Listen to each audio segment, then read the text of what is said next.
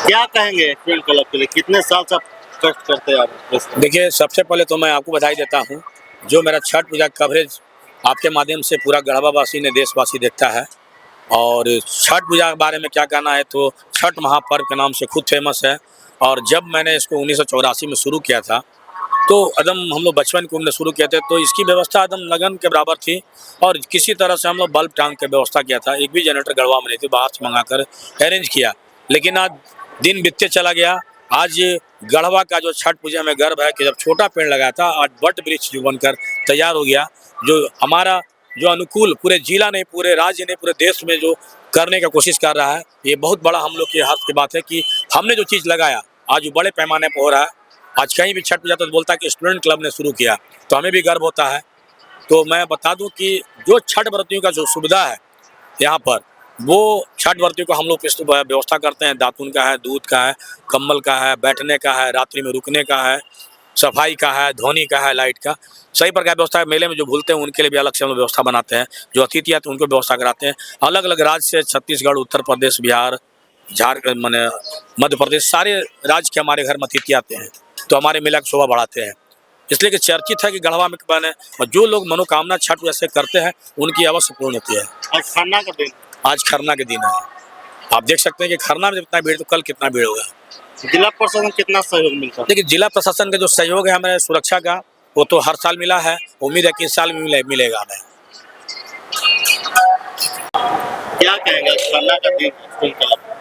देखिए, हर साल के बाद ही इस साल भी स्टूडेंट क्लब परिवार अपना समुचित व्यवस्था नदी में किए हुए है, और छठ महापर्व को लेके हुए समुचित व्यवस्था जो नदी में कराया जाता है हर साल, इस साल भी पूर्ण तरीके से हो चुका है। और करीब 1978 से नदी में स्टूडेंट क्लब परिवार जो है सर्वप्रथम छठ पूजा करने के लिए आयोजन करना प्रारंभ किया था। और आज देख लीजिए 2024 पहुंच गया, धीरे धीरे छठ की महिमा और छठ पर्व कहाँ तक पहुंच गया। और स्टूडेंट क्लब भी पूरे झारखंड में एक अपना अलग पहचान छठ के लिए बना चुका है। गढ़वा का छठ जो है पूरे झारखंड में नंबर 1 पे पहुंच चुका है। और जिस तरह से हमारी छठ की लोकप्रियता बढ़ी है, उसी तरह से हमारा नदी की जो है ना, उसका भी अस्तित्व कहीं ना कहीं खतरे में आ गया है। जैसे जैसे छठ महापर्व और छठ पूजा का, गढ़वा की छठ पूजा का लोकप्रियता बढ़ते जा रहा है, उसी तरह हमारे नदी का जो अस्तित्व है ना, वो धीरे धीरे और कम होते जा रहा है। आज हम लोग को नदी की सफाई कराने में बहुत ज़्यादा मेहनत करना पड़ता है। एक एक ईंटा को चुनवाना, बालू तो नदी में बचा नहीं है, पूरा मिट्टी बस दिखता है, उस मिट्टी की सफाई कराना।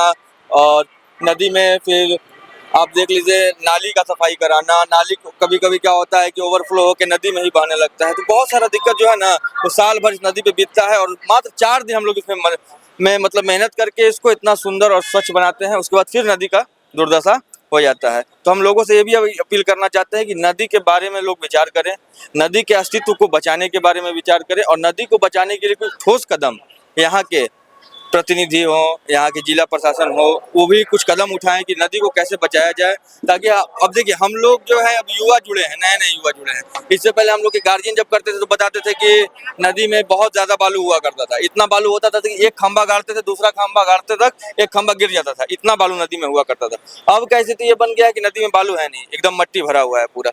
तो हम लोग को और ज़्यादा तकलीफ होता है। फिर भी हम लोग इस पर्व को, इस त्यौहार को अब धीरे धीरे आगे बढ़ा रहे हैं। मान लीजिए उनका पीढ़ी बीता, फिर हम लोग आए हैं, अब हम लोग इस त्यौहार को आगे बढ़ा रहे हैं। तो जितना कठिनाई वो लोग किए हैं, उससे भी ज़्यादा कठिनाई लग रहा है कि आने वाला समय में हम लोगों को इस त्यौहार मनाने के लिए करना पड़ेगा, जो हिसाब से नदी की स्थिति है। तो इस पे यहाँ के प्रतिनिधि और जिला प्रशासन को कुछ विचार करना चाहिए और इसको बनाना चाहिए। बाकी हर साल के बाद इस साल भी स्टूडेंट क्लब अपने व्यवस्था में कोई कमी नहीं किया है।